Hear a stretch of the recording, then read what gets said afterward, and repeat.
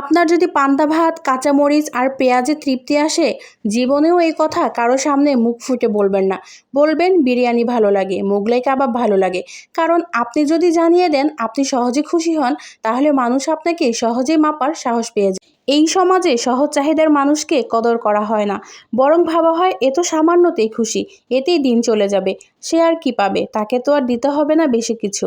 আর একদিন যদি আপনি মুখ ফুটে বলে ফেলেন আমার ভালো লাগে না আর পান্তা ভাত, তখন মানুষ বলবে এই আবার এত অভিযোগ কেন।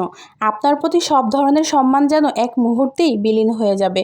তারা ভুলে যাবে আপনি কতদিন নীরবে সহ্য করেছেন, কতবার নিজের চাওয়াকে চেপে রেখেছেন শুধু সম্পর্কটা টিকিয়ে রাখতে, একটু শান্তি বজায় রাখতে। যত বেশি লো মেনটেন্স ভাব ধরবেন, তত বেশি মানুষ ধরে নেবে আপনাকে নিয়ে ভাবার তাদের কিছুই নেই।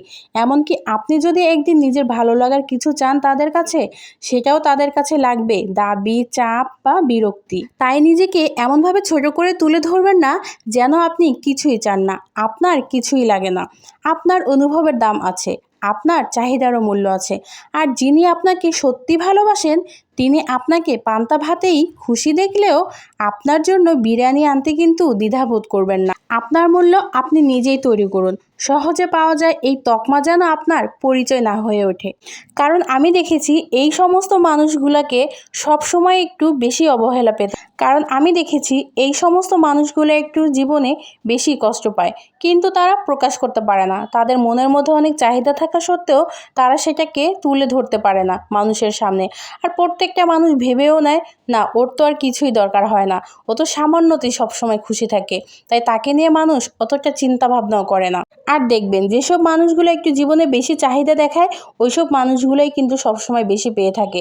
কারণ সবসময় তারা তাদের নিজের জিনিসটা আদায় করে নিতে জানে। আমি এটা বলছি না যে আপনি জোর করে বা অন্যায় করে কোনো কিছু আদায় করবেন। আপনার যতটুকু ন্যায্য দরকার সেটাই আপনি আদায় করুন। আপনার অধিকারটা আপনি নিজে আদায় করুন, এতটুকুই হলেই চলবে। তো হ্যালো এভরিওয়ান, আসসালামু আলাইকুম। কী অবস্থা সবার, সবাই কেমন আছেন? আলহামদুলিল্লাহ, আমি আপনাদের দোয়াতে অনেক অনেক ভালো আছি। তো গত ব্লগে দেখিয়েছিলাম আমি এই সিলিন্স পিঠাগুলো বানিয়েছিলাম, মানে আমরা সবাই মিলেমিশে বানিয়েছিলাম। তো পিঠাগুলো তখন তো ভাজা হয়নি, তো এই জন্যই আমি আপনাদের সাথে মানে পিঠা ভাজার মানে ভাজাটা আর কি শেয়ার করতে পারিনি ওই ভিডিওতে। তো ওইটা আমি আমার আরেকটা পেজে দিয়েছিলাম। তো আপনারা আমার এই পেজের যে ভালোবাসার মানুষগুলো আছেন, তারা যারা আমার ওই পেজটাতে যুক্ত হয়ে যান নাই, ওই পেজটা হলো লাইফ অফ হ্যাপি, তো তারা আমার ওই পেজের সাথে যুক্ত হয়ে যাবেন আশা। তো এইখানে আম্মু সবগুলো পিঠা ভাজার পর এখানে একটু চিনির শিরা দিয়েছিল। এই পিঠাটা শুধু ভাজার পরেও খাওয়া যায়, তবে চিনির শিরাটা দিলে না একটু বেশি মজা লাগে। আপনারা যারা এখনও তৈরি করে খান নাই, এই পিঠাটা অবশ্যই তৈরি করে খাবেন, অনেক বেশি মজা লাগে। তো আজ এই পর্যন্তই। সবাই ভালো থাকবেন, সুস্থ থাকবেন, আমাদের জন্য দোয়া করবেন। আল্লাহ হাফিজ। Thanks for watching.